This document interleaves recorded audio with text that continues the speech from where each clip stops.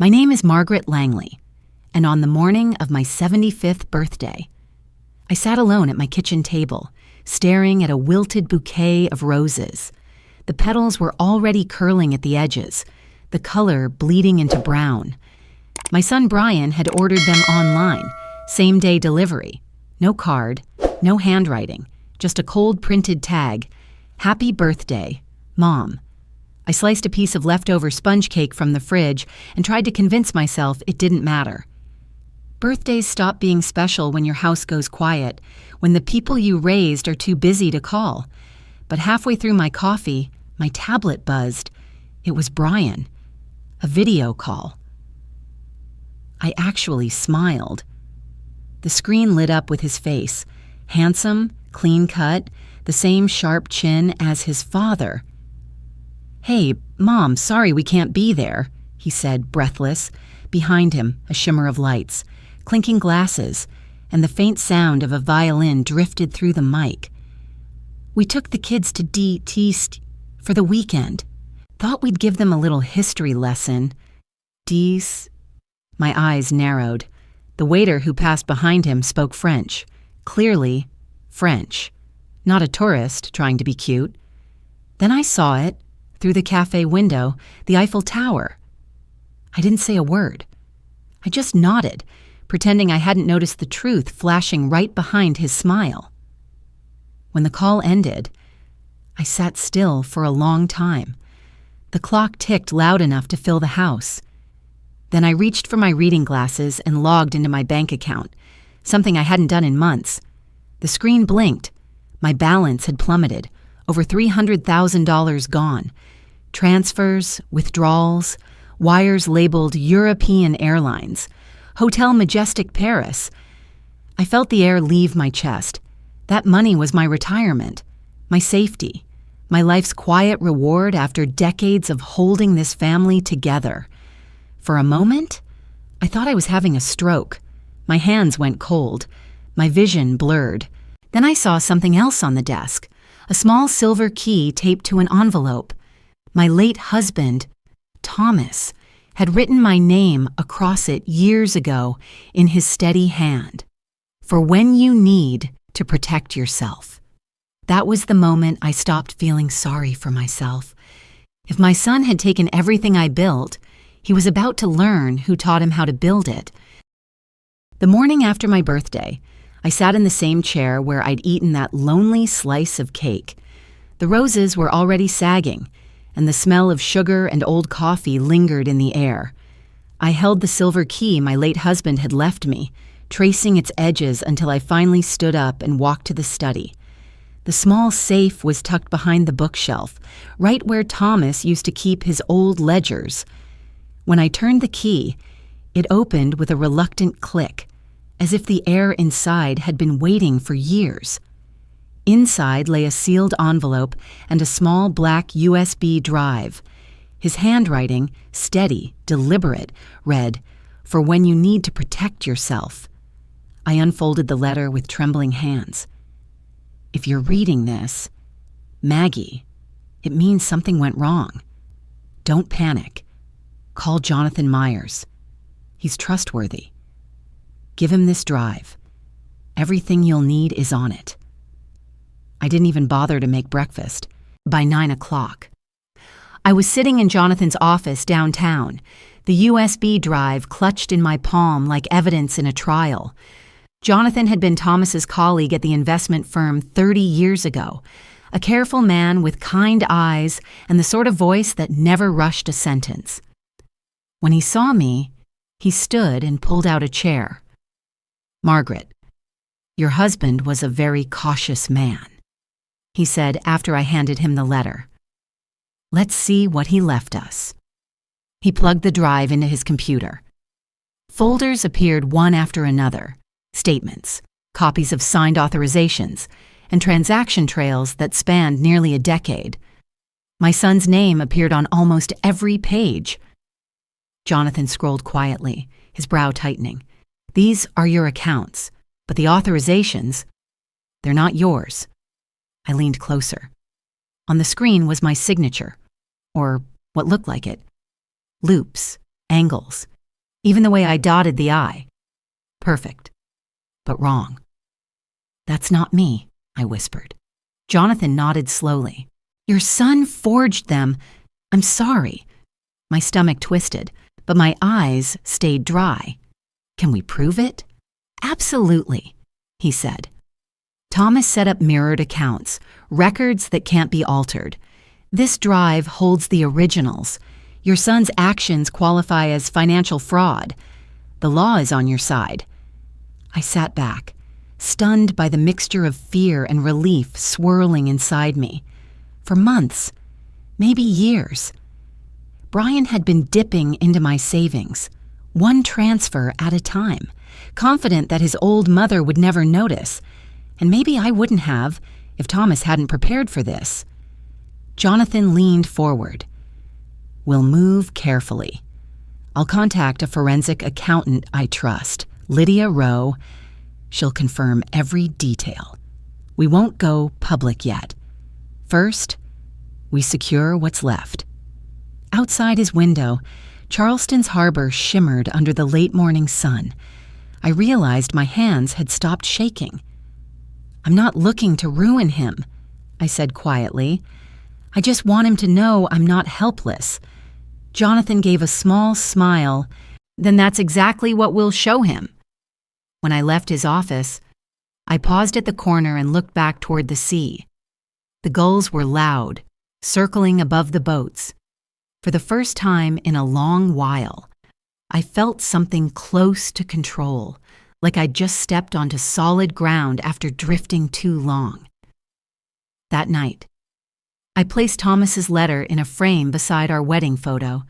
The silver key rested next to it. Tomorrow, Jonathan said, we'd start freezing the accounts. I wasn't sure what frightened me more, how easily my son had betrayed me, or how calm I felt knowing I was about to fight back. The next morning, I woke before the sun. The air was heavy with salt and humidity, and for a while, I just sat by the window, listening to the tide roll in. Everything in my house looked the same, yet nothing felt the same anymore. Once you see betrayal that close, even the furniture seems to hold its breath. At 10 sharp, Jonathan called. Lydia's on board, he said. She's good. Margaret, former FBI forensic accountant, sharp as a knife. By noon, Lydia was at my kitchen table, a thin woman with cropped hair, wearing reading glasses that slid down her nose every few minutes. She unpacked a laptop, cables, a small scanner. We'll trace every transaction, she said. If your son forged anything, I'll find the digital fingerprints. For hours, she clicked and typed while I made tea and tried not to hover. Her focus reminded me of Thomas, steady, methodical. At one point, she turned the screen toward me. See this pattern? Every transfer happens after your pension hits. Same IP address, same timestamp offset. He knew your routine. I swallowed hard. So, every month, he waited for the deposit and took his share. Lydia nodded. And he used your digital signature for confirmation. But he made a mistake. He reused one from a scanned document years ago. That's traceable. Jonathan, who joined us later that afternoon, leaned back in his chair. We'll freeze every joint account immediately. The goal isn't revenge, it's protection. I signed the authorization, my hand steady this time. For the first time in years, I felt like I wasn't drifting anymore. That evening, as I was cleaning up the teacups, my phone lit up again. Brian. I stared at his name for a long second before answering. Hey, Mom, how are you feeling? His tone was light, rehearsed. I'm fine, I said, keeping my voice calm. Just had a long day running errands. He laughed. You're tougher than I thought. Listen, I wanted to tell you, we might take another quick trip next month. The kids loved Europe. Another trip. My jaw tightened, but I smiled into the phone. That's nice. Honey, just make sure you don't overspend. Retirement money doesn't grow on trees, you know. He chuckled nervously. Right, of course. Behind him, I could hear the sound of wine glasses clinking, a soft laugh that wasn't Melissa's. I glanced at my second phone. Jonathan had given me an app to record the call automatically. Every word, every hesitation. Saved. Then I said it. Gently but deliberately. Funny, though. I checked my account yesterday and couldn't find a few transfers. You didn't notice anything strange, did you? There was a pause. 3 long seconds of silence that felt like a confession. No, Mom, you must have pressed the wrong thing, he stammered. You know how those online banks are. I suppose, I said softly, pretending to believe him. Anyway, have fun, sweetheart. When the call ended, I forwarded the file to Jonathan. Within minutes, he replied, That's all we need. His admission is on tape. I sat back on the couch, my hands trembling, not from fear this time, but from the cold clarity that justice had already started moving. Outside, the streetlights flickered on, casting long shadows across the porch. I poured myself a glass of water and let the quiet settle. For years, I'd been the mother who said yes, who overlooked, who forgave too quickly. That night, I realized forgiveness without boundaries isn't kindness, it's surrender. Tomorrow, Jonathan said. We'd begin the confrontation phase. He called it the reckoning. I called it taking my life back. 2 weeks later, I stood in my kitchen again, but this time the table was set for 4. Fresh flowers replaced the wilted roses. I wanted no trace of weakness, no hint that I had spent nights replaying my son's lies in my head. Brian and Melissa arrived just after noon. They came in with loud voices, nervous smiles, and a bottle of cheap champagne. Melissa hugged me tightly. Brian's embrace was quick, his eyes darting to the dining table where I'd laid out the silverware and plates. Thought we'd celebrate your birthday properly, he said. I smiled. That's lovely. Sit down, both of you.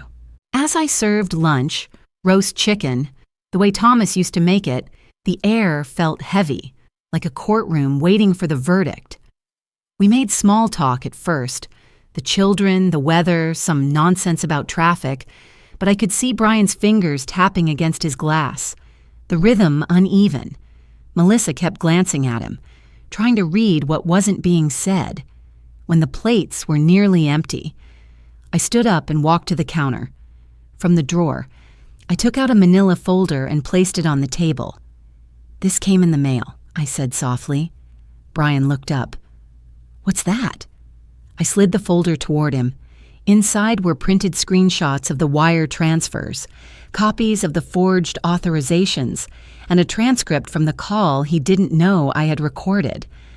The color drained from his face. Melissa froze. I sat down slowly.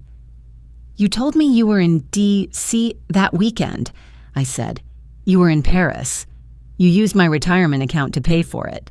For years, you've been draining what your father and I built. Mom, wait. Don't lie to me again. My voice wasn't raised, but it cut clean through the room. Jonathan and Lydia confirmed everything. You used my signature. That's fraud. Melissa's eyes filled with tears. Brian, is that true? He rubbed his forehead, muttering something about just borrowing, about intending to pay it back. Borrowing, I repeated. With forged documents? He fell silent. I reached into the folder again and pulled out a final document, a legal agreement drafted by Jonathan. You'll repay every cent you took, over 5 years. If you refuse, the evidence goes straight to the state attorney's office. They'll prosecute. It's your choice.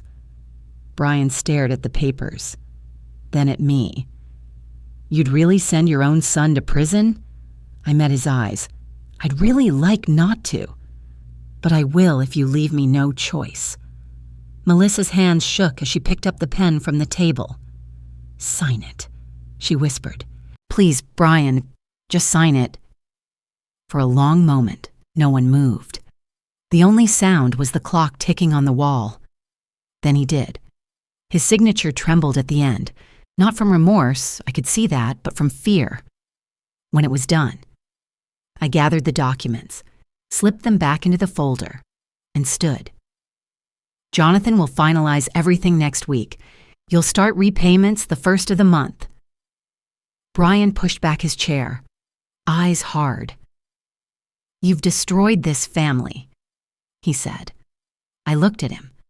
My son, the boy I once carried on my hip, and felt an ache that had no name. No, Brian, I said quietly. You destroyed it when you forgot what family means. He stormed out, the screen door slamming behind him. Melissa stayed for a moment, sobbing quietly before whispering, I didn't know. I swear I didn't. I believed her. She left with her shoulders hunched, carrying more guilt than jewelry. When the house fell silent again, I sat down, poured myself a cup of coffee, and watched the light fade through the window. The folder lay on the table like a closed wound. For the first time since Thomas died, I didn't feel powerless. Sad, yes, but strong in a way grief had never given me. Outside, the evening tide began to rise, whispering against the shore.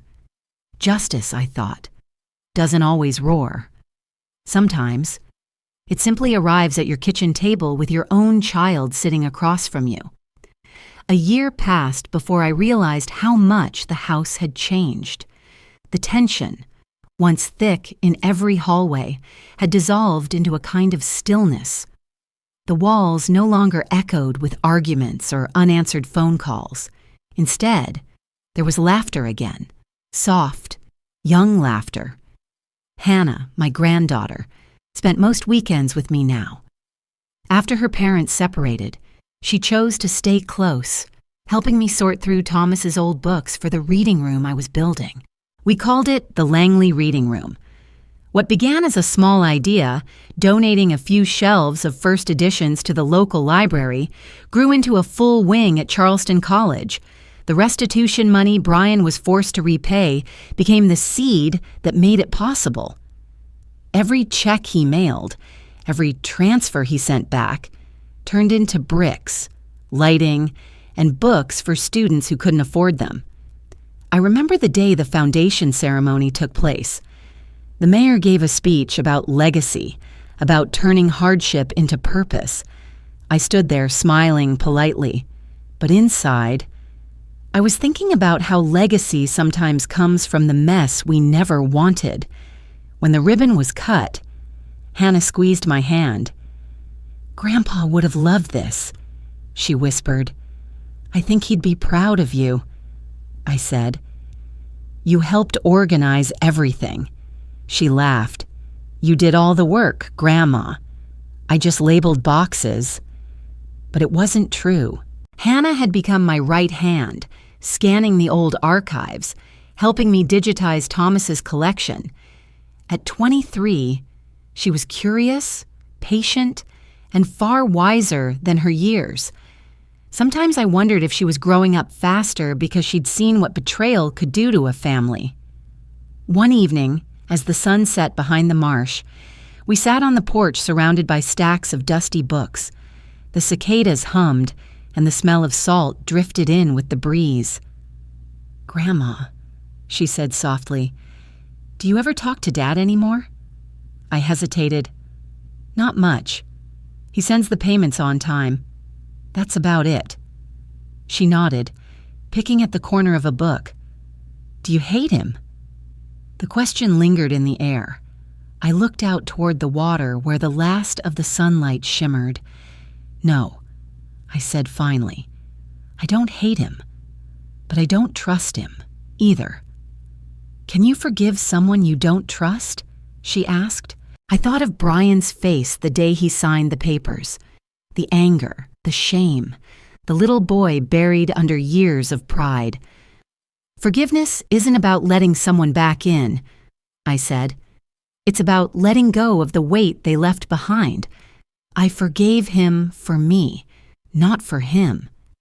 Hannah was quiet for a moment, then whispered, "I think that's brave." I smiled. "It's not bravery, sweetheart. It's self-respect. There's a difference." That night, after she went to bed, I sat alone in the reading room. The scent of old paper filled the air, something earthy and comforting. On the wall hung a framed photo of Thomas and me, taken the summer before he died, his arm around me, his smile calm and knowing. I realized he'd left me more than just the letter and the USB. He'd left me the tools to survive, to rebuild, to make meaning out of betrayal. Sometimes, I still caught myself checking the mailbox, half expecting another letter from Brian, but they never came. Only the quiet, monthly payments, steady as clockwork. One afternoon, a student from the college stopped by to thank me. "Your donation helped me finish my degree," she said, eyes bright. "I'll never forget what you've done." After she left, I locked the reading room and sat in my car for a long while. The world outside was soft and gold with early evening light. I realized then that I wasn't living inside my pain anymore. It was behind me, like an old chapter, a story I could finally read without crying. Forgiveness hadn't made me forget. It had simply set me free. That night, I called Hannah to tell her I loved her, and she laughed. "I love you too, Grandma. Always." And for the first time in years, I slept through the night without waking up to the sound of guilt. 5 years can change the shape of a life without you realizing it. I still wake up early most mornings, the way I used to when Thomas was alive. The house is quieter now, but not lonely anymore. The walls hold laughter again, sometimes from Hannah, sometimes from the students who visit the reading room to ask about a book or to share a story about how it helped them through a hard year. The Langley reading room has become more than I ever imagined. Rows of oak shelves line the walls, sunlight pours through the tall windows, and the smell of leather and paper greets me like an old friend. Every spine tells a story of second chances. The college held a ceremony this spring. They gave me a plaque that reads, "In recognition of Margaret Langley, whose resilience and generosity turned loss into learning." I didn't know how to respond when they handed it to me. I just smiled and said, it wasn't generosity, it was gratitude. After the event, I sat alone in the reading room while the lights dimmed. I looked at the plaque again, tracing the letters with my fingers.